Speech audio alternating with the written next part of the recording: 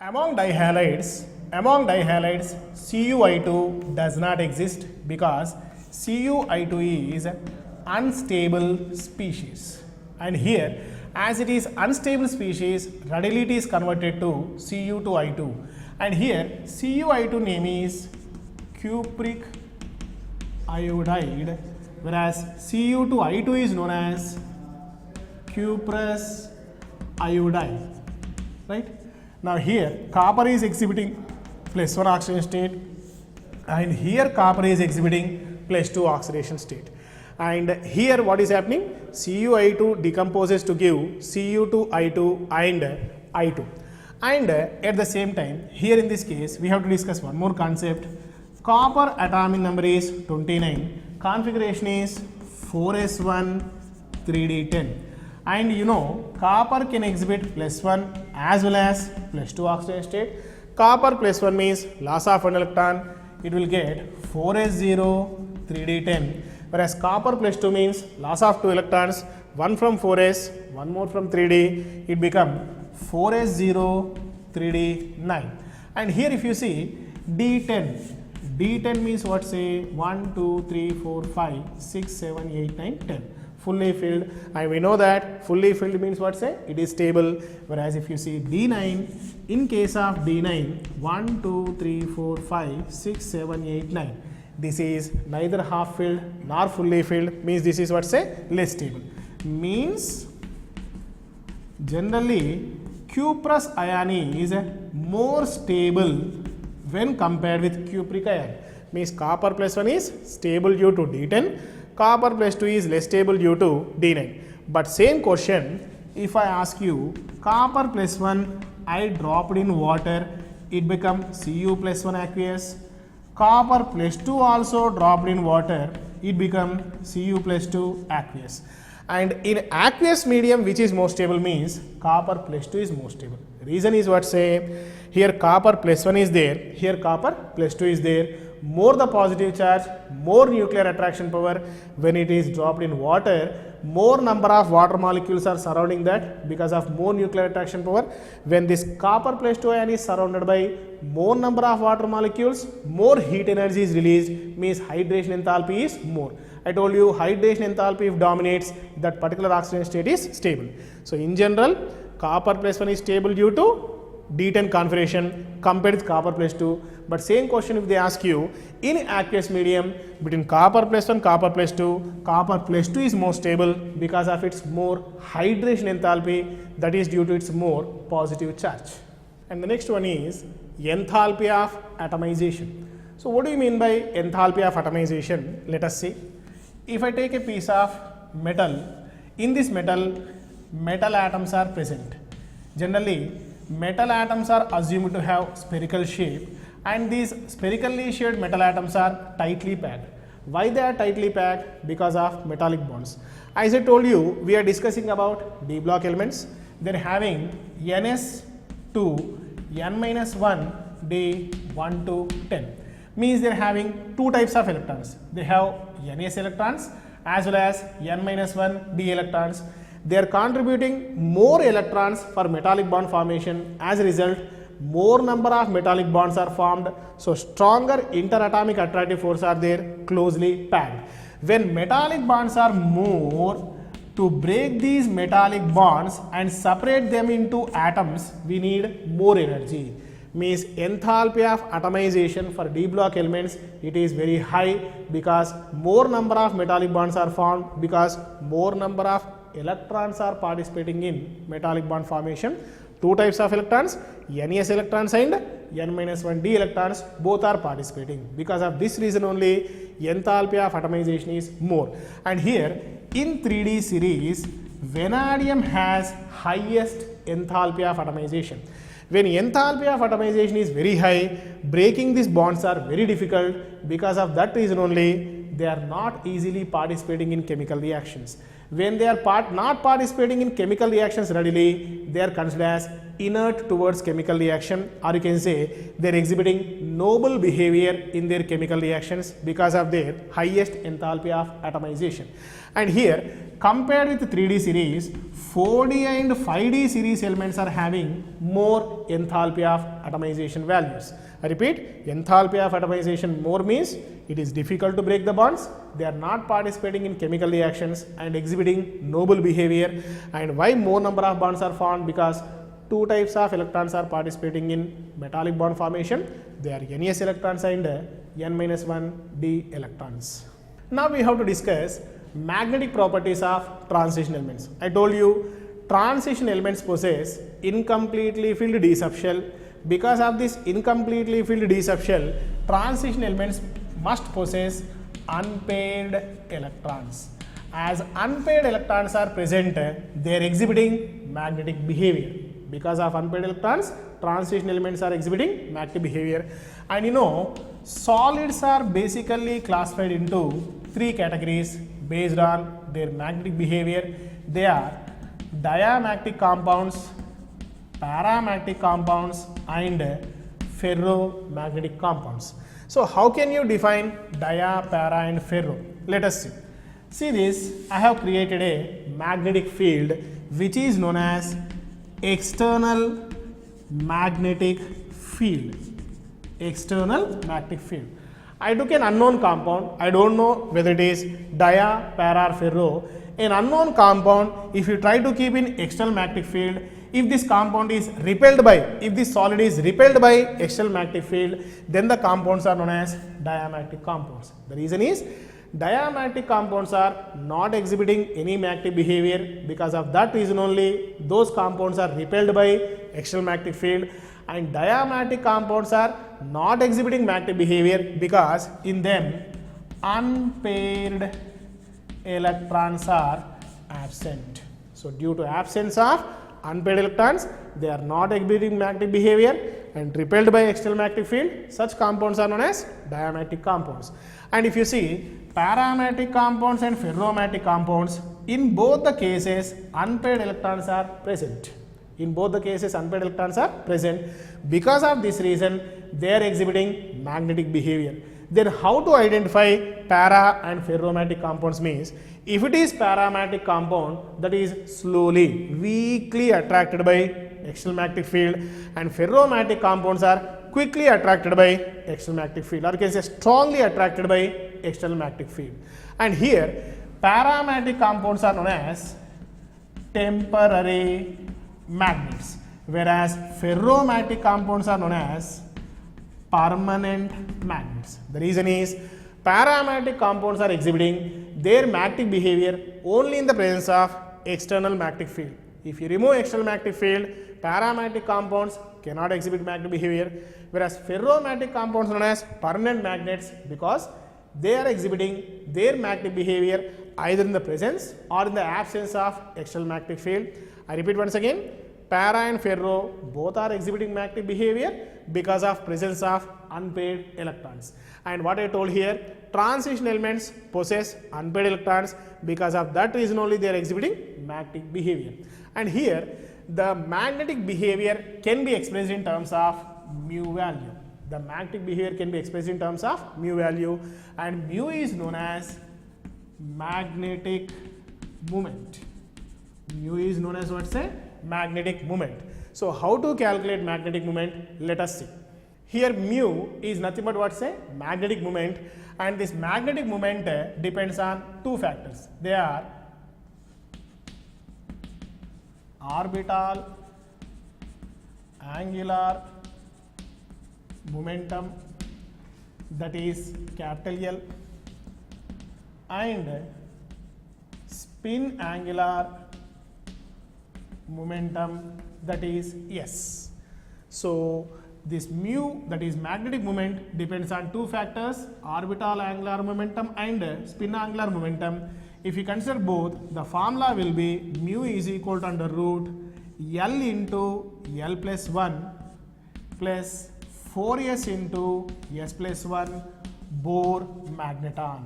So the mu, magnetic moment, can be expressed in terms of Bohr's magneton, and here L stands for orbital angular momentum and S stands for spin angular momentum. But in case of 3D series elements, 3D series elements means from scandium to zinc, this orbital angular momentum, that is L, is negligible. So for 3D series elements particularly, the mu value depends only on S. So mu is equal to under root 4s into s plus 1 Bohr magneton, and here spin only magnetic moment, and here we can calculate mu even on the basis of n value. And here what do you mean by n? N stands for number of unpaired electrons, number of unpaired electrons. And if you consider this formula, mu is equal to under root n into n plus 2 Bohr's magneton, and here n stands for number of unpaired electrons and mu stands for magnetic moment, students. Let us use this formula, and how this is applicable, let us see. So magnetic moment mu is equal to under root n into n plus 2 Bohr magneton. See students, for example, iron plus 2, chromium plus 3, zinc plus 2. If you see, iron atomic number is 26, 4s2 3d6. Iron plus 2 means loss of 2 electrons, 4s0 3d6. d6 means 1 2 3 4 5 6. Here this is pair, so unpaired electrons are 1 2 3 4. So n value is 4. Mu is equal to under root formula n into n plus 2. So 4 into 4 plus 2, 4 plus 2 6, 6 4s are 24. Root over 24 means 4.9 Bohr's magneton. So for iron plus 2, this what is a magnetic moment is what, say 4.9 Bohr magneton. At the same time, chromium atomic number 24, 4s1 3d5. Here chromium plus 3 means loss of 3 electrons, 1 from here 2 from here, 3d3 we are getting.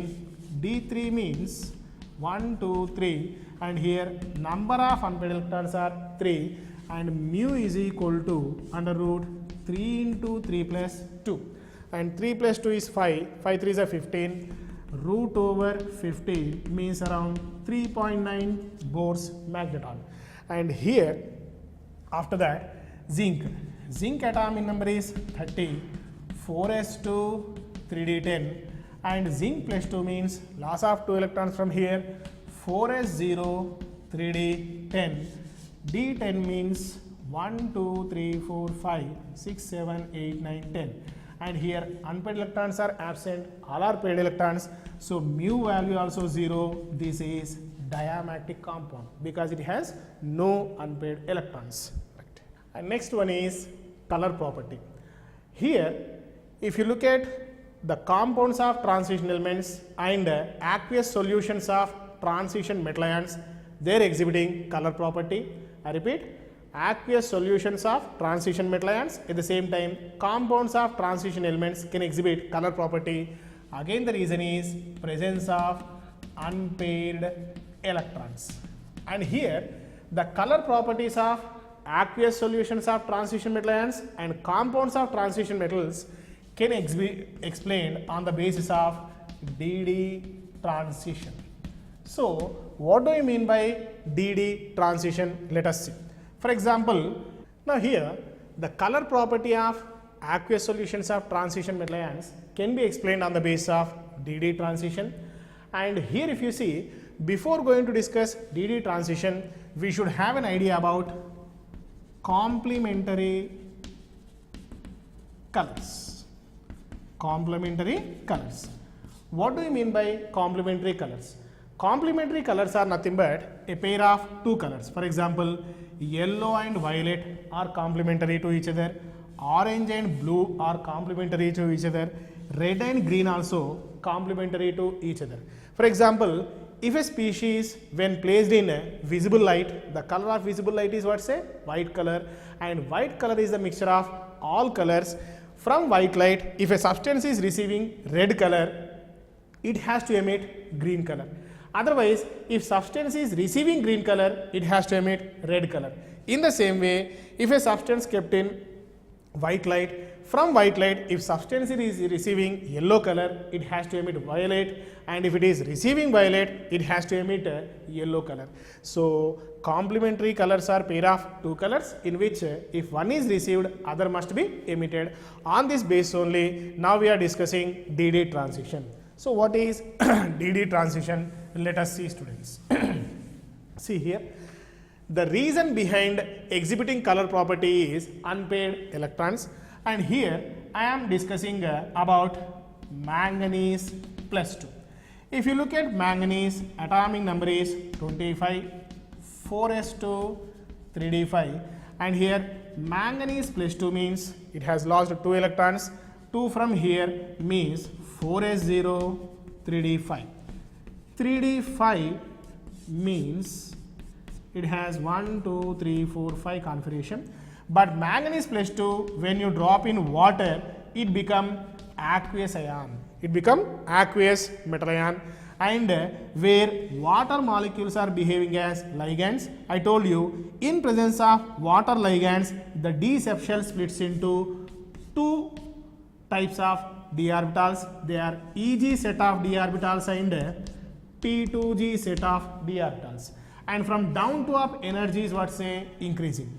And here, when Mn plus 2 is dropped in water, in presence of water ligands, d subshell splits into two sets of d orbitals, Eg set and T2G set. According to Aufbau rule, first of all, electrons we have to fill in low energetic T2G. Now, when you keep this in white light, from white light, it receives some energy. By receiving energy, this electron is participating in excitation. One of the electron participated in excitation. By receiving energy, the electron is excited, and in the excited state with more energy, it is unstable. So what it has to do, after some time, it has to lose the energy. Again, it is coming back to its T2G set of d orbital. Means what is happening? T2G to Eg, excitation. Eg to T2G, de-excitation. When it is participating in excitation, receiving energy. When it participates in de-excitation, emitting energy. And here what is happening?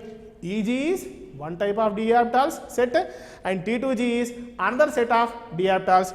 Between two types of dd orbitals, electrons are exchanged, and this is called dd transition. And when electrons are participating such type of dd transition, absorption of one color and emitting its complementary color. And just now we discussed green, if it is absorbing, it has to emit red.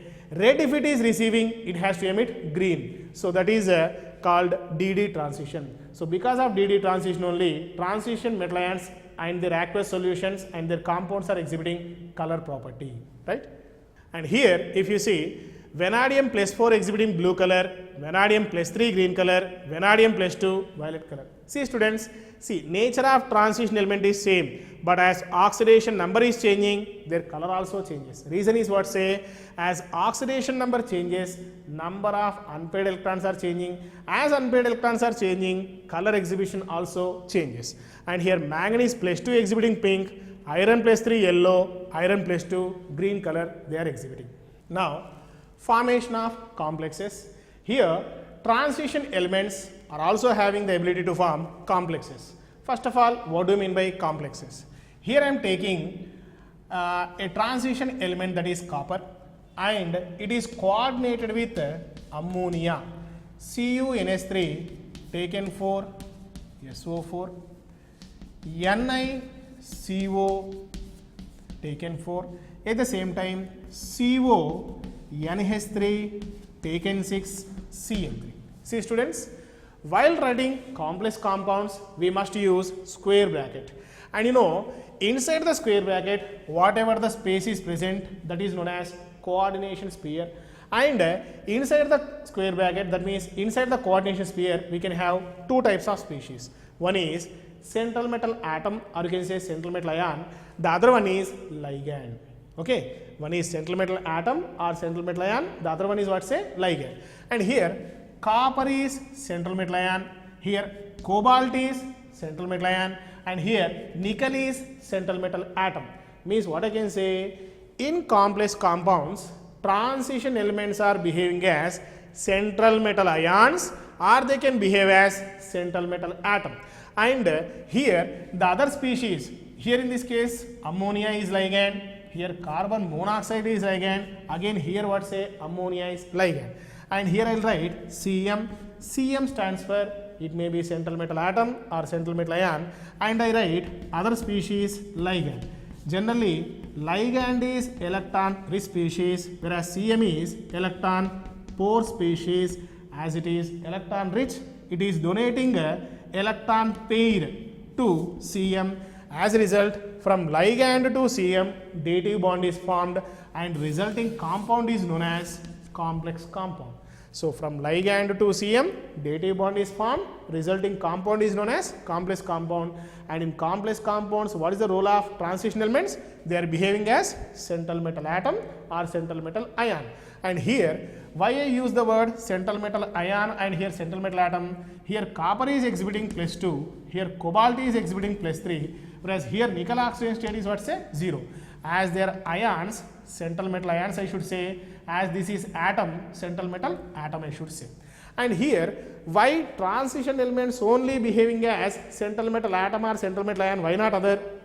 Means because of 3 reasons. Number 1 is what say, these transition elements are having comparatively small size and they can exhibit high positive charge and they can have vacant d orbitals. They are having what say vacant d orbitals. Because of these 3 reasons, transition elements are forming complex compounds. I repeat once again, due to their small size, because of their ability to exhibit high positive charge, and due to having vacant d orbitals, transition elements can form complex compounds. And here why they should have vacant d orbitals? Just now I told you, from ligand Cm has to accept electron pair, and when they can accept electron pair, when they can accommodate the electron pair, and when they can accommodate the electron pair, when they have vacant orbitals. And transition elements can have vacant d orbitals, because of that reason only can happily receive electron pair from ligand and can form complex compounds. Transition elements can even exhibiting catalytic property. And why transition elements are exhibiting catalytic property and in which reactions transition elements can be used as catalyst, let us see. For example, N2 plus 3H2 gives rise to 2NH3. We know that this is Haber's process. In Haber's process, for the preparation of ammonia, iron is used as catalyst. At the same time, CH2 double bond CH2 plus H2 gives rise to CH3 bond CH3. This is nothing but hydrogenation of alkenes, where we are using nickel as catalyst. So many catalysts, so many transition elements we are using as catalyst in chemical reactions. And why transition elements are exhibiting catalytic property, let us see. Here the main reason behind catalytic property of transition elements is exhibiting variable oxidation states. See students, as transition elements are having the ability to exhibit variable oxidation states, because of this reason only they are acting as catalyst. And example, if you see here what is happening, iodide ion is reacting with S2O8 minus 2, converting into I2 plus 2 moles of sulfate ion.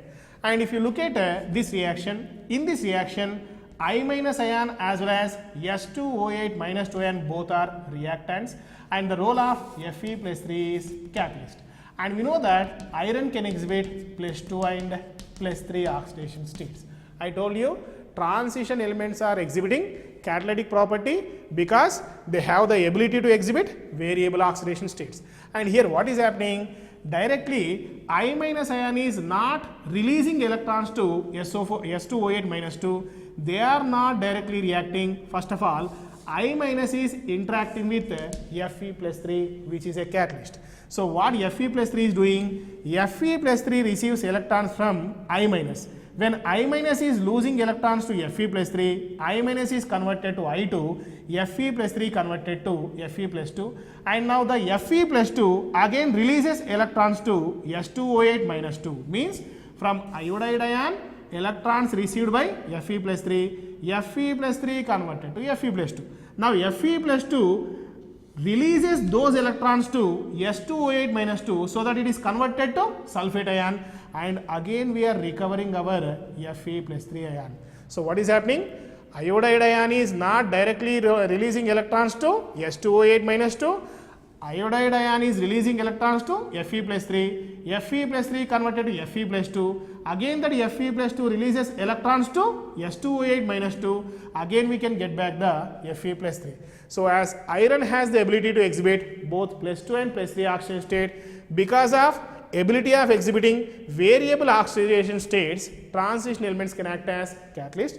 And at the same time, one more reason we can give, transition elements are generally solids. As they are solids, they are providing large surface area, and on that surface area, reactants are readily participating in adsorption, and in this adsorption process, activation energy is decreased, so rate of reaction is increased. By decreasing the activation energy due to adsorption, it can increase the rate of reaction. So the main reason is what say, catalytic properties what say, transition elements are having the ability to exhibit variable oxidation states. Because of this reason only, they are exhibiting catalytic properties.